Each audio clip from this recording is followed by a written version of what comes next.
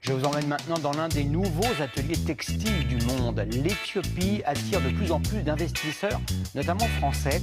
L'un d'entre eux a décidé d'y faire fabriquer des baskets avec le souci de contribuer au développement du pays.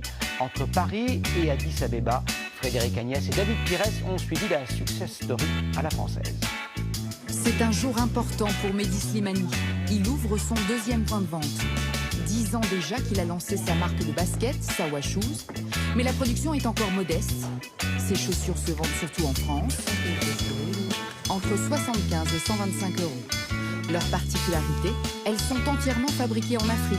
Un choix économique bien sûr, mais le projet c'est aussi faire des chaussures, de belles chaussures, avec les gens, les traiter correctement et pouvoir regarder n'importe quel client et lui dire voilà, ces chaussures-là, elles sont propres, elles n'ont pas été faites dans la souffrance.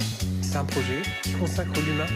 Et cette histoire d'homme se passe à 5000 km de là. Addis Abeba, 4 millions d'habitants, capitale de l'Éthiopie en pleine mutation industrielle. La plus forte croissance d'Afrique, des constructions partout. C'est ici que nous retrouvons Mehdi. Bonjour, ça va? Ça va, merci. Alors pourquoi avez-vous choisi l'Éthiopie? Alors, quand on a créé Sawa, à vrai dire, on n'a pas choisi l'Éthiopie. On avait opté plutôt pour le Cameroun. On n'a pas vraiment réussi à travailler. Énormément de problèmes, notamment la corruption. Et donc, on est en Éthiopie depuis 2012.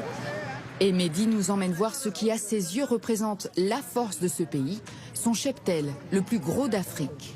90% de la valeur de nos chaussures, c'est du cuir. Donc on a tout sur place.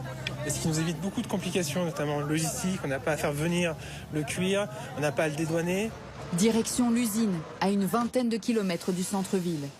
Mehdi y retrouve son bras droit, Eyoram. C'est lui qui gère la production en partenariat avec une usine locale. Une production qui a été multipliée par 5 en 7 ans. De 5000 paires la première année à 25 000 paires l'an dernier. Encore trop faible pour parler de succès économique, mais Sawa revendique un esprit familial dans un pays encore très peu industrialisé. Quand je suis arrivée, je ne connaissais rien. Ils m'ont payé des formations et j'ai tout appris ici. Aujourd'hui, je peux dire que je suis compétente. Former les ouvriers éthiopiens et surtout les payer un juste salaire. Les gens chez nous sont plutôt bien payés, entre 200 et 500 $ par mois, ce qui est beaucoup d'argent en Éthiopie. Zerioun, 24 ans, confirme. Et pour nous parler de son niveau de vie, il nous invite chez lui dans un quartier calme de la capitale. Hello. Une pièce de 15 mètres carrés environ, sans fenêtre, où il vit avec sa femme et son fils de 9 mois. Au même âge, la plupart de leurs amis vivent encore chez leurs parents.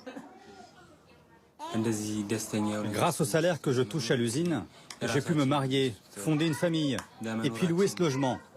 Ailleurs, j'aurais été moins payé et c'est sûr que je n'aurais jamais pu faire tout ça. L'Éthiopie est encore au tout début de sa